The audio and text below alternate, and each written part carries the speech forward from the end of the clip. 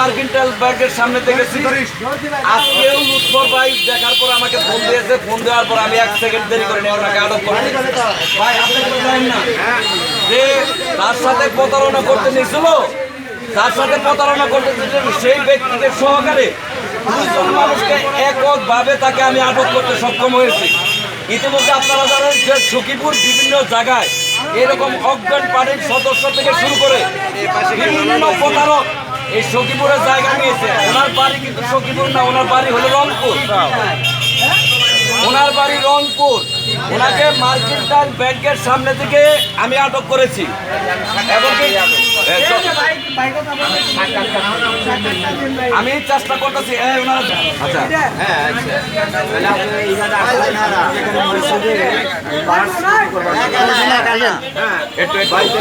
আমরা তো সৌদির দিকে আমাদের টাকা আছে, সৌদির দিকে টাকা আছে, এই টাকা আমরা বিতরণ করি মসজিদে মসজিদে, টাকা আছে মসজিদে বিতরণ করি। আমাদের মসজিদ কোন জায়গা?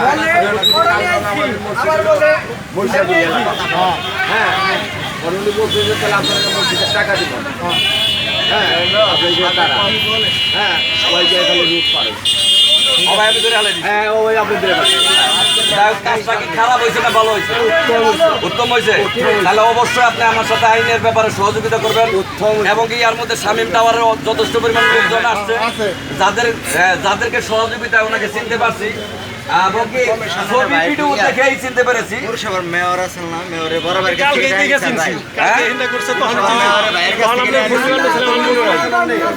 আরেকজন আছে। চাচা আমি তোমাকে একটু খাতির করি, তুমি কত বছর ধরে সখীপুর থাকো? বাবা বাবা কই আমি খারাপ বাবা। এই যন্ত্র কোয়ানিস একটা যন্ত্র দে আমারে বাবা ডাক যাবো কে আচ্ছা মিস্ত্রি কাম করো, ওদিকে শামীম টাওয়ার কাছ থেকে যে মুরব্বির কাছে টাকা নিছো 6000 তুমি না যদি প্রমাণ করে যে তুমি স্বীকার করো তুমি দেওয়ান পর্বতের গায়ে কেউ হাত দিছে আমি টাকা গালি তুমি বলো এই কেউ গায়ে হাত দিও না।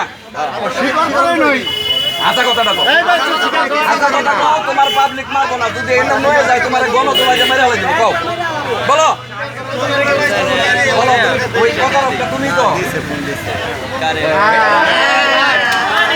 আচ্ছা প্রিয় দর্শক, আচ্ছা একটু কথা বলেন। প্রিয় সখীপুরবাসী, আপনারা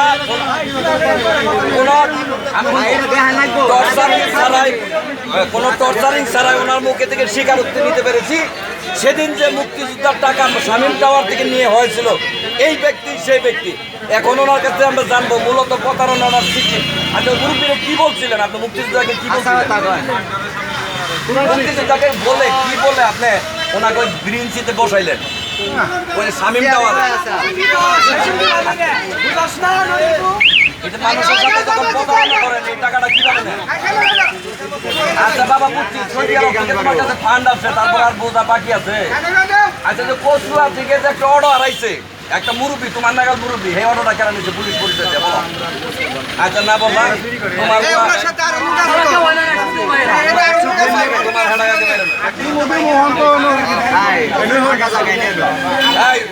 শামীম টাওয়ার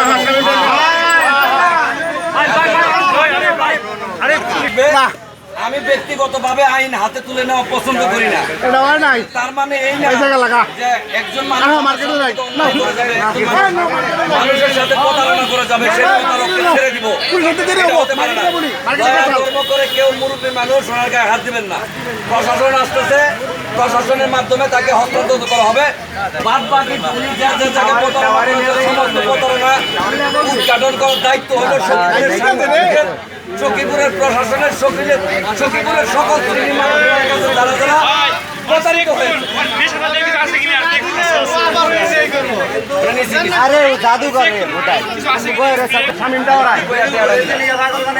শামীম টাওয়ার শুনে আইতাছি মার্কেন্টাইল ব্যাংকের সামনে